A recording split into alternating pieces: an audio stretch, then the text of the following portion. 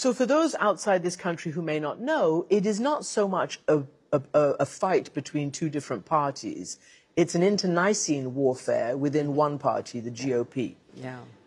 So when you look at how to go forward for the country, as you say, is there any area of coalition building that could happen? There are pragmatic Republicans, as you say. Could there be a whole new way of trying to, get legislation going and cross-party governance going by Democrats and certain Republicans forming a coalition? Well, you saw the number of Republicans who voted along with Democrats to keep the government open. So there's clearly a common sense, sane part of the Republican caucus in the House. But I think they are intimidated. They oftentimes, say and do things which they know better than to say or do. And it will require us defeating those most extreme measures and the people who promote them in order to try to get to some common ground where people can, again, work together. That's the way it used to be. I mean, we had very strong partisans in both parties in the past, and we had very bitter battles over all kinds of things, gun control and climate change and the economy and taxes.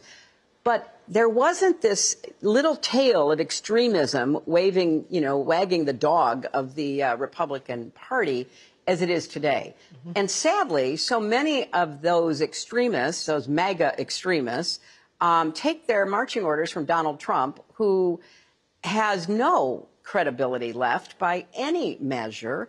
He's only in it for himself. He's now defending himself in civil actions and criminal actions.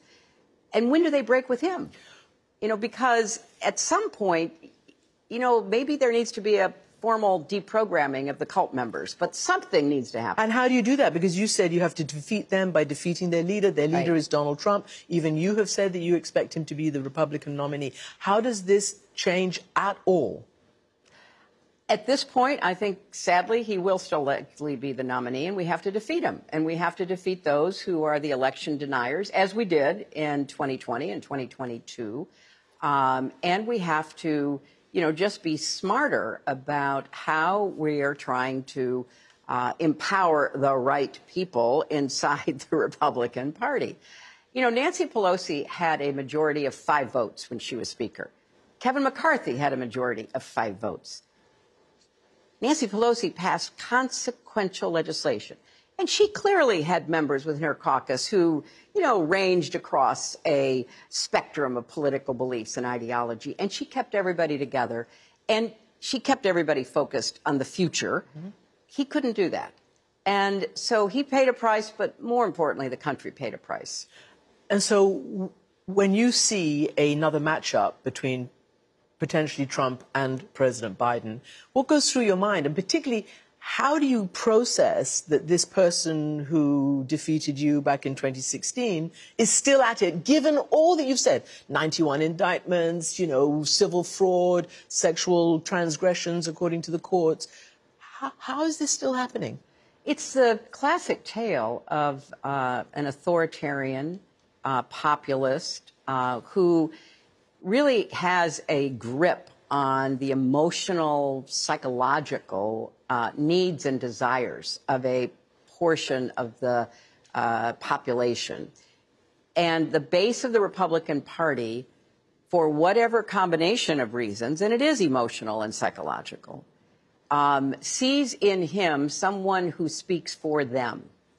And they are determined that they will continue to vote for him, attend his rallies, wear his merchandise, because for whatever reason, he and his very negative, nasty form of politics resonates with them. Maybe they don't like migrants. Maybe they don't like gay people or black people or the woman who got the promotion at work they didn't get. Whatever the reason, Make America Great Again was a bid for nostalgia, to return to a place where, people could be in charge of their lives, feel empowered, say what they want, insult whoever came in their way. And that was really attractive to a significant portion of the Republican base. So it is like a cult. And somebody has to break the, break that momentum. And that's why I believe Joe Biden will defeat him. And hopefully then that will be the end and the fever will break. And then Republicans can try to get back to, fighting about issues among themselves and electing people who are at least, responsible and accountable.